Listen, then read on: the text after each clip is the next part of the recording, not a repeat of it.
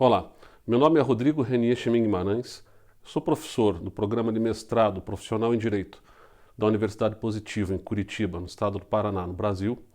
Estou participando do congresso realizado na Universidade Cardenal Herrera, que é o 4º Congresso Internacional sobre Direito, Governança e Inovação, organizado pelo IBERUJUR, Instituto Ibero-Americano de Estudos Jurídicos, e eu tive um trabalho aprovado para publicação e defesa, cujo título é o seguinte: Os diferentes fundamentos teóricos penais e a confiabilidade nos programas de inteligência artificial.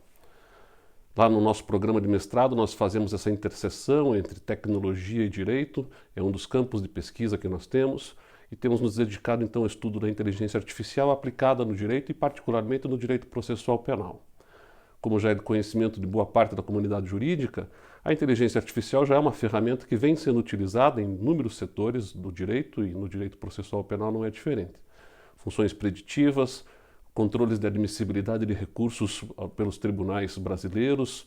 Nós já temos programas que atuam tanto no Superior Tribunal de Justiça quanto no Supremo Tribunal Federal. Programas já são utilizados também para ferramentas probatórias, enfim, para investigação, há uma pluralidade de utilização. É preciso, no entanto, ter um cuidado na análise dos resultados que esses programas produzem e na interseção que vai haver entre dois grandes profissionais que operam e formulam e constroem os algoritmos que alimentarão as máquinas. Estou me referindo ao perito especialista em direito processual penal e o engenheiro do conhecimento. Para entender melhor, é preciso também ter dimensão de que a inteligência artificial hoje não é aquilo que a gente costuma ver nos filmes de ficção científica, pelo menos ainda não é. Há uma divisão interessante dada por um filósofo que é o John Searle, desde 1980, que hoje é consagrada na doutrina, que divide a compreensão da inteligência artificial em inteligência artificial forte e fraca. E o Searle diz que nós temos hoje a inteligência artificial que ele chama de fraca, que significa dizer que ela não tem consciência ainda. Ela até faz leituras, ela até toma iniciativas e por isso ela é uma inteligência, mas ela não é capaz de ter consciência como o ser humano tem.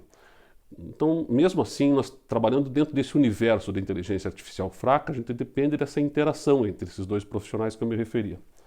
Particularmente, então, repito, perito especialista e engenheiro do conhecimento. Eles trocam informações, há uma interseção de conhecimentos aqui que precisa ser bem estabelecida. E o que acaba acontecendo quando a gente vai tratar dessa relação entre dois profissionais que têm áreas diferentes, que são leituras diferentes de mundo e que um tem que entender o outro para que a ferramenta tecnológica possa operar em favor de ambos. Nós temos que entender que no direito as verdades elas não são ainda construídas de forma absoluta.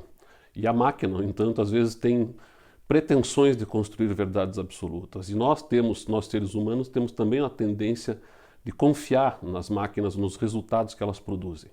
Acontece que nessa relação entre o perito especialista em direito processual penal e o engenheiro do conhecimento, o perito especialista ele tem à sua disposição hoje, no contexto contemporâneo dos discursos do processo penal, várias ferramentas teóricas com diferentes olhares, e a gente pode chegar a dizer, como eu disse no texto, que nós vivemos hoje numa verdadeira Babel hermenêutica teórica em campos do direito penal e do processo penal que se interligam.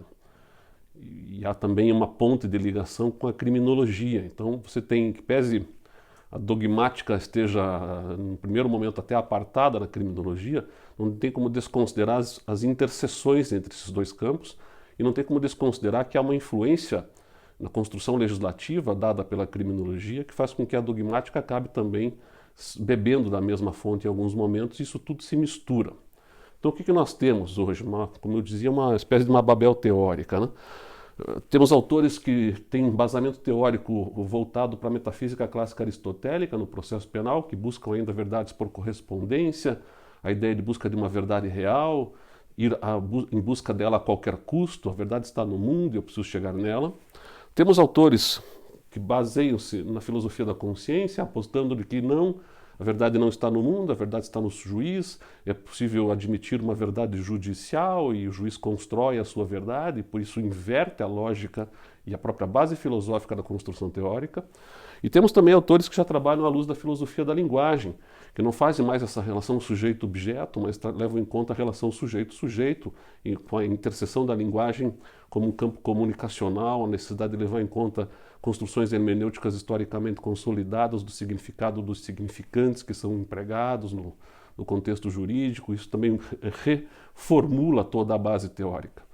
Não bastasse isso tudo, nós temos um grande discurso hoje dicotômico de sistema acusatório, sistema inquisitório, e eu nem vou entrar nessa discussão dos sistemas, porque acho que tem algo também que está para além dessa dicotomia, que é uma divisão que a gente pode enxergar na doutrina, naquilo que eu estou classificando de doutrina tradicional e doutrina moderna. O que tem de diferente entre esses dois grandes grupos? Basicamente que a doutrina mais moderna, assim chamada, ela faz leituras transdisciplinares, ela faz pontes de ligação, compreendendo o direito a partir da filosofia, a partir da psicanálise, da psicologia cognitiva, da sociologia, da economia e até mesmo da computação agora hoje em dia. Então, as leituras que a doutrina mais moderna faz acabam sendo diferentes das leituras que a doutrina tradicional produz. Porque se eu levo em conta a psicanálise, por exemplo, eu faço releituras de formas de produzir a prova, de participação do juiz, eu justifico e ressignifico a compreensão do papel do juiz no processo penal, das próprias partes, enfim, são visões completamente diferentes e as duas estão convivendo aí na prateleira das possibilidades hermenêuticas que nós temos.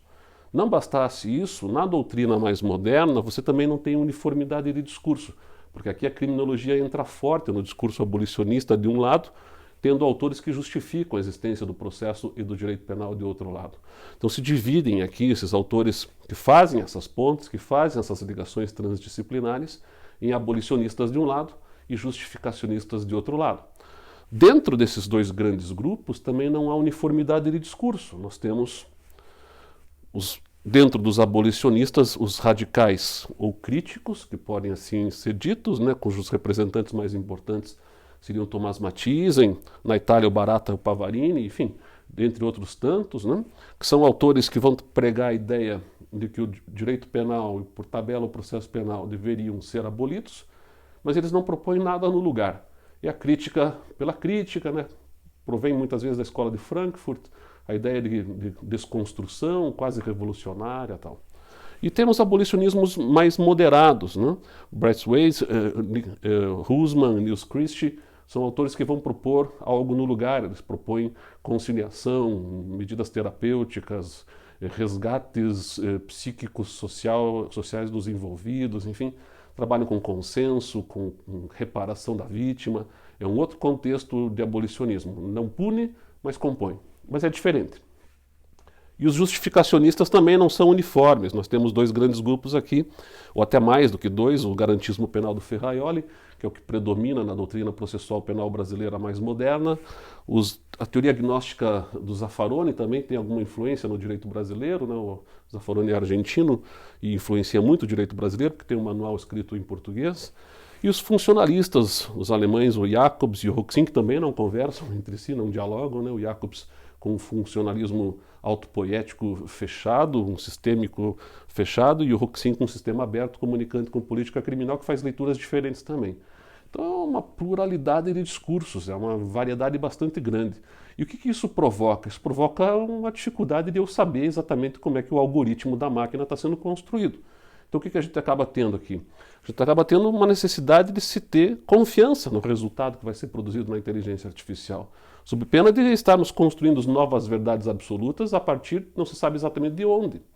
Então, na conversa que deve haver entre o perito especialista e o engenheiro do conhecimento, na construção dos algoritmos, que depois servirão para a polícia investigar, para o Ministério Público fazer sua atuação processual penal, para o próprio juiz poder julgar, construir argumentos teóricos, para que se faça leituras preditivas das decisões dos tribunais, enfim, para a pluralidade enorme que existe de utilização da inteligência artificial no processo penal, é preciso que se gere confiança no resultado. E para que se tenha confiança no resultado, é preciso que se estabeleça um mínimo ético de participação.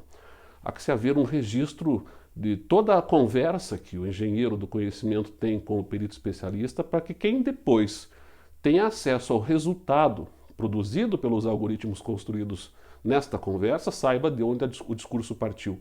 Saiba qual era a base teórica do perito especialista em processo penal, porque a depender de qual seja essa base teórica, o resultado pode ser um ou pode ser outro. E como isso propõe discursos de confiança na máquina e se não tomarmos cuidado, construiremos novas pretensões de verdades absolutas. Aqui tem o Eric Sadan, que é um filósofo francês, tem essa preocupação muito grande, né? É preciso também que a gente tenha presente, desde o nascedouro dessa conversa, qual é a base teórica de processo penal, de direito penal ou de criminologia que está sendo utilizada pelo perito especialista. Já que há uma pluralidade e todas elas convivem, eu preciso saber, pelo menos, ter transparência, né? Ter accountability, ter condições de fazer verificações dos resultados e do caminho percorrido na construção da inteligência artificial. Enfim, esta era rapidamente, né, a exposição que eu tinha a fazer a respeito do meu trabalho, que está um pouco mais indicado em termos teóricos, né? E eu deixo aqui meu endereço eletrônico para eventual comunicação, agradecendo a oportunidade de participar mais uma vez desse congresso. Obrigado.